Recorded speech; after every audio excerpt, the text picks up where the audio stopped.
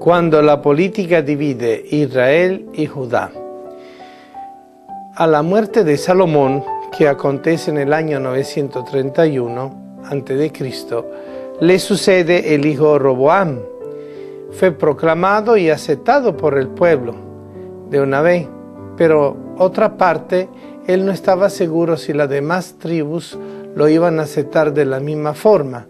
Él se dirigió a Siquem, preocupado sobre la posible suerte que podía tener su reinado sobre ellos. Pero la gente en Siquem dijeron: con tu padre no nos ha ido bien, pero contigo esperamos llevárnosla mejor, porque él nos ha sometido en una esclavitud, pero contigo esperamos tener un momento mejor, y por eso hemos decidido servirte, como nos dice el primer libro de los Reyes 12:4. Cuando el pueblo sabe que tiene que hacer un esfuerzo para el bien común y para la patria, asume siempre los sacrificios de común acuerdo. El Roboam pidió entonces un tiempo para aconsejarse. Se dirigió primero a los ancianos de Israel y después se dirigió a los jóvenes como él. Los ancianos le recomendaron que fuera servidor. El verdadero significado del poder es el servicio, y que actuara con mucha discreción y mucha prudencia y mucha justicia con el pueblo.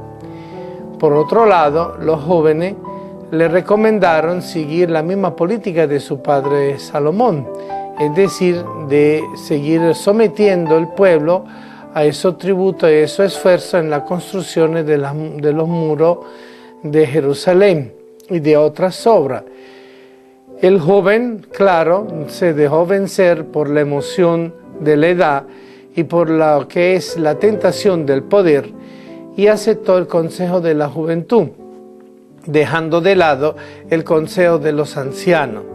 El resultado fue una rebelión de parte del pueblo, sobre todo de todas las tribus del norte, que terminaba siempre en contraste y en rebeliones y en situaciones sangrientas.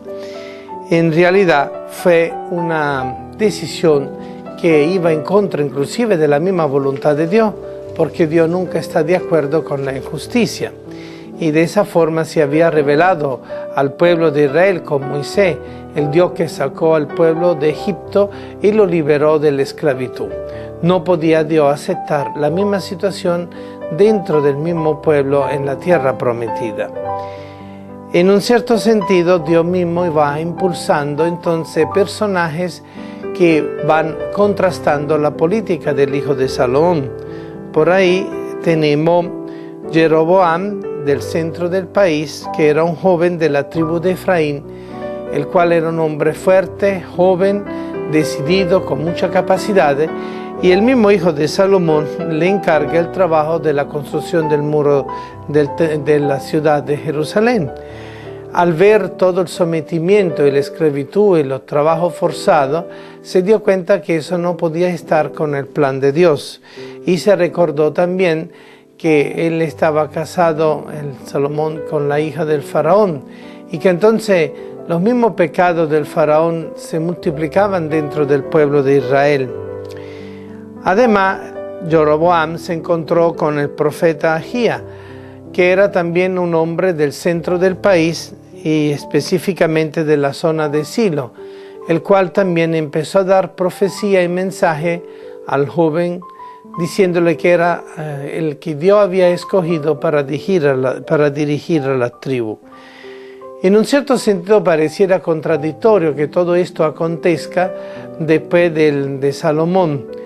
En realidad, Dios, en favor de lo que él había prometido a David, su siervo y su amigo, Dios se había preservado de actuar directamente de una vez, sino en la medida que los hombres iban cometiendo los errores, él en esa misma medida iba actuando.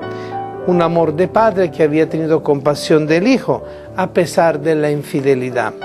Pero indudablemente esto llevó a un destino nefasto. Se divide Judá de Israel y el hijo de Salomón queda únicamente en la zona de la tribu de Judá, de manera que así como hacía profetizado, Jerusalén queda en manos de la tribu de David. Y ahí es donde nosotros podemos comprender la realización de las promesas y de la profecía mesiánica. La unidad perdida entonces es un bien que el hombre pierde a causa de su propio pecado, de sus ambiciones. La unión no había durado apenas 100 años, una fraternidad que no se podía mantener bajo la opresión. Pero es justamente Jesús aquel que logra reunificar las tribus y con cuya santa muerte llega a reconciliar y a reunir todos los hijos de Dios dispersos por el mundo, como nos recuerda Juan en el primer capítulo, en el capítulo también 11, en el versículo 52. Jesús es aquel por el cual todos vamos a reunirnos en el único pueblo de Dios.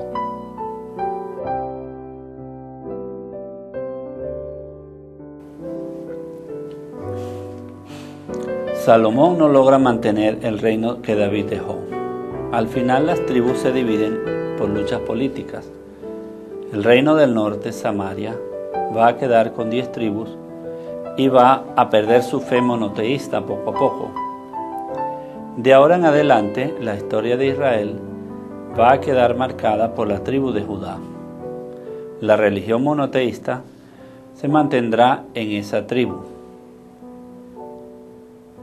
La religión de Israel será llamada judía y se les llamará judíos, aunque en realidad son israelitas, porque dentro de este pueblo están los descendientes de las 12 tribus, pero ahora los llamamos judíos. Cualquier judío que le preguntamos de qué tribu proviene, sabe responder.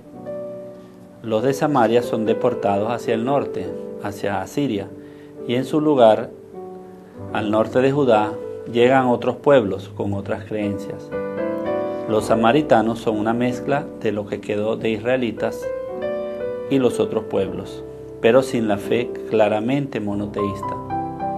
Había competencia de templos, decían que había que adorar allá. Los judíos no le hablaban a los samaritanos. Por eso el episodio de Jesús con la samaritana, donde sus discípulos se extrañan de que le hable a esa mujer, y ella pregunta que dónde se debe adorar. Él le dice que ni aquí ni allí, sino que los verdaderos adoradores de Dios deben hacerlo en espíritu y en verdad. Sin embargo, le queda a ella la esperanza del Mesías esperado por Israel desde el Génesis. Dice ella, ¿no será el Mesías esperado de quien nos hablaron nuestros padres? El cristianismo no es una religión de lugar, de templo específico, sino que es una religión de fe y de gracia, de adoración a Dios sinceramente desde nuestro ser, en espíritu y en verdad. María tuvo la revelación del ángel Gabriel en su casa, en lo íntimo de su corazón, y ella respondió a ese llamado de manera plena. Cristo es el nuevo templo, el nuevo altar, la nueva víctima, el nuevo sacrificio de la nueva alianza. En la iglesia vivimos los sacramentos, el bautismo, la Eucaristía, la confesión. En todos ellos es Cristo quien está haciendo los sacramentos por medio de los ministros ordenados. El templo es nuestro corazón, donde habita la Santísima Trinidad, Padre, Hijo y Espíritu Santo. Cristo es la unidad perdida. En Él se rompe el odio que separaba a judíos y gentiles. En su cruz se supera todo el mal que anida en el corazón de los hombres. María es madre de la unidad. Ella tuvo que sufrir mucho al acompañar a su Hijo en el misterio pascual y se mantuvo fiel, unida a Dios y unida a nosotros. Como Jesús, en ella no pudo entrar el germen de la división. María, la primera redimida, en ella recupera a la mujer plenamente la imagen y semejanza que Dios quiso darle al comienzo cuando creó a los seres humanos. El objetivo de nuestra existencia, el sentido propio de nuestra vida, de su origen, de su presente y de su futuro definitivo, está obligatoriamente dado por Dios. Nadie puede en verdad darse a sí mismo su propio sentido. aunque quisiera hacerlo, aunque tenga mucho dinero y mucho poder, debemos más bien descubrirlo, encontrarlo, aceptarlo y asumirlo. La religión cristiana es justamente la búsqueda y la práctica de ese sentido de nuestra existencia. La manera de adorar a Dios es en espíritu y en verdad. Lo que va a quedar en última instancia es nuestro ser enfrente del ser de Dios. Lo demás no va a estar. La identidad real más profunda y plena es el ser hijos e hijas de Dios. No es simplemente hijos de la tierra, polvo que vuelve al polvo, Adanes y Evas terrenales, sino ser hijos de Dios, su imagen y semejanza, y vivir con Él, de Él y por Él. El drama del pueblo de Dios, que rompió su unidad, demuestra esta imposibilidad de darse a sí mismo el sentido. Dios iba llevando la historia de salvación hasta su Mesías, para que Jesús nos ganara de nuevo el cielo, realizara la verdadera reconciliación, la que todos necesitamos, la reconciliación con el Padre, con su Padre y nuestro Padre, con su Dios y nuestro Dios.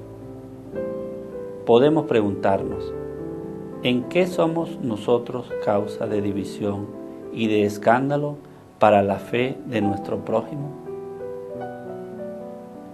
¿Cómo ir recuperando la unidad que se ha perdido a lo largo de nuestra vida?